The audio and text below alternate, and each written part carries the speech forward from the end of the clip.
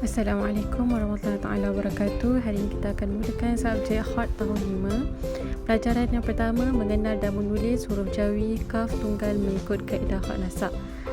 Okey, yang pertama kita akan tulis bentuk huruf kaf dan kaf ni. Kaf dan kaf mempunyai tarwish. Kaf kecil di atas huruf kaf khusus untuk bentuk kaf pertama sahaja, bukan untuk bentuk kaf yang kedua. Jadi Hazana, kamu semua sediakan buku tulis Khat. Kita akan belajar menulis huruf kaf tunggal hari ini. Okey, baik, semua bersedia ya? Pakai pensel Khat ataupun pen Khat. Okey, baik, kita akan mulakan menulis huruf kaf.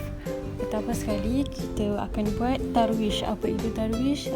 Ni bentuk lekuk ni. Dinamakan tarwish, tarik ke bawah. Okay, saya buat sekali lagi.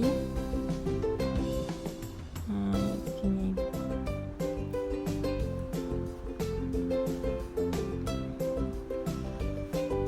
Okay, baik, nama dia tarwish.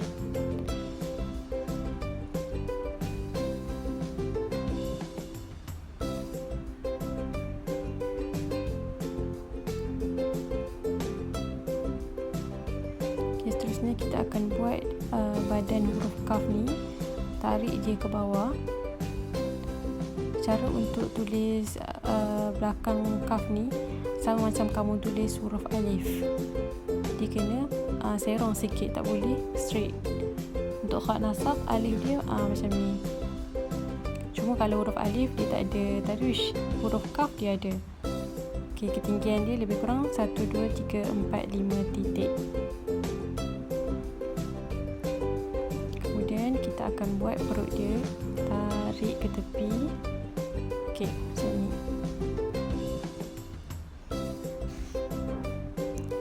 Ukuran bagi perut kaf ni 1, 2, 3. Okey, baik. Nampak ya? Ini bentuk huruf kaf. Bagi bentuk yang pertama, kita buat hamzah dekat tengah-tengah dia. Macam ni. Pastikan ketinggian dia cukup dan lebar dia pun cukup. Dan huruf kaf bagi Khat Nasab dia mesti duduk atas garisan, tak boleh lebih daripada garisan. Okey, dan cuba tengok ni. Azhar buat untuk Khat yang kamu selalu terbuat ni, huruf kaf ni bila kaf dia perut dia terkeluar dari garisan, itu bukan Khat Nasab, itu dah jadi Khat Sulus. Jangan buat macam ni ya. Okey, selesai bagi kaf bentuk yang pertama. Okey, baik, kita akan teruskan kaf bentuk yang kedua.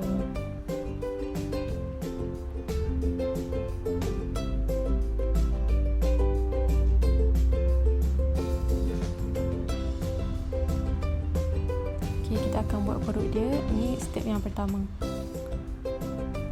Tarik dia ke bawah macam ni. Step yang kedua, kita tarik dia ke tepi.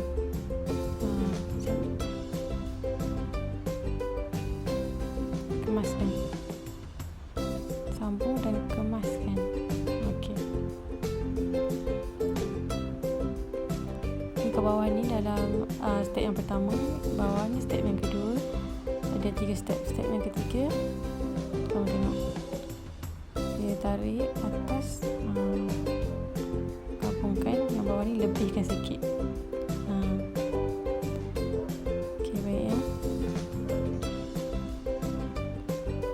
Step yang ketiga, 1, 2 dan 3. Okay, kamu tengok huruf kaf ni, dia ada lebihan tarwish tu.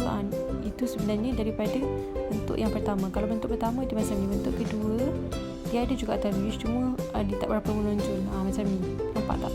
Dia dah gabung ke bawah. Kalau yang bentuk pertama tak ada. Okey, nampak dia digabung, dia dah jadi macam ni. Tu tetap digelar tarwish, nampak sikit hujung tu. Kamu jangan tinggal. Okey, lebar ni 3 titik.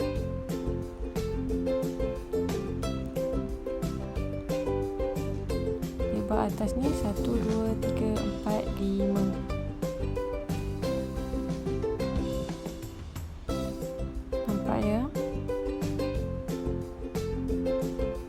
bahagian yang atas tu kepala dia 1, 2, 3 saja. Macam ni. Okey, nampak ni semua. Yang belah kanan ni bentuk yang pertama, yang belah kiri bentuk yang ketiga. Okey, kamu boleh praktis buat.